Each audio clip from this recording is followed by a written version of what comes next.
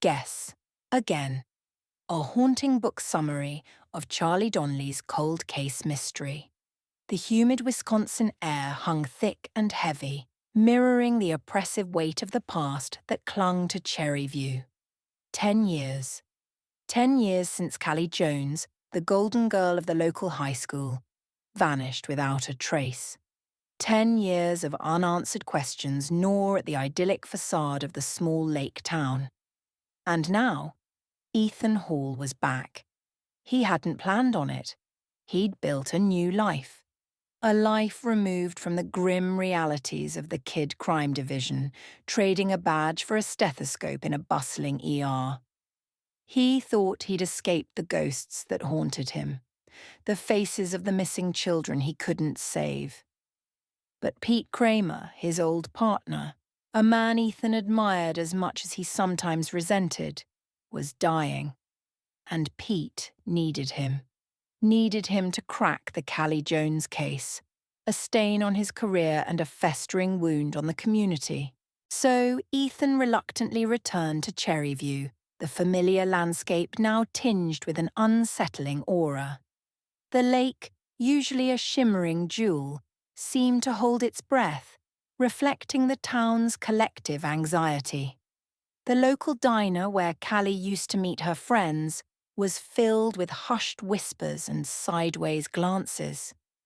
Everyone, it seemed, was holding their breath, hoping that Ethan's arrival meant an end to the decade-long torment. Ethan started where Pete left off, poring over old files in the dimly lit police station. He saw Callie's smiling face staring back at him from the case photos, a constant reminder of the lost potential, the shattered dreams. He walked the familiar paths around the lake, the very ground where Callie was last seen, trying to piece together the fragments of that fateful day.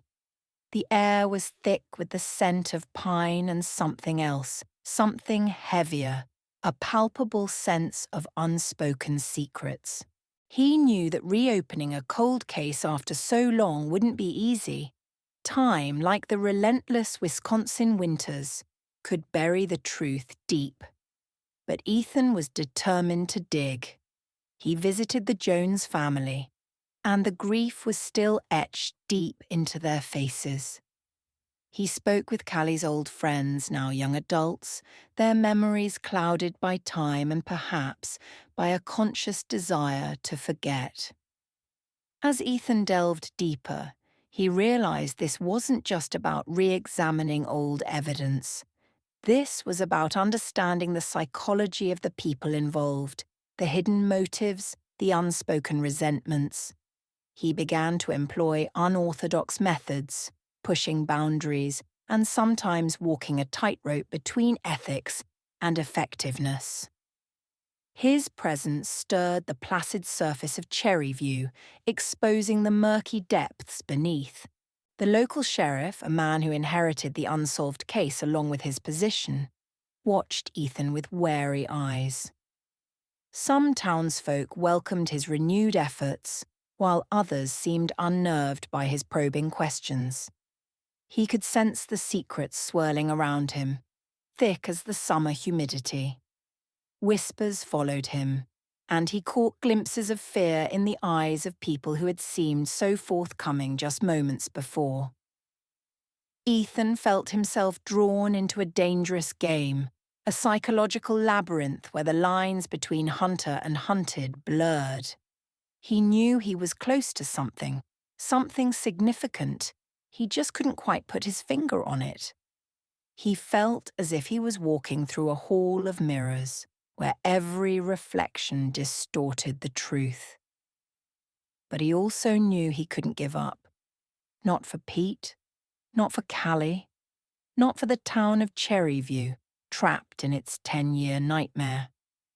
He had to keep digging, keep pushing, even if it meant confronting the darkness that still lingered.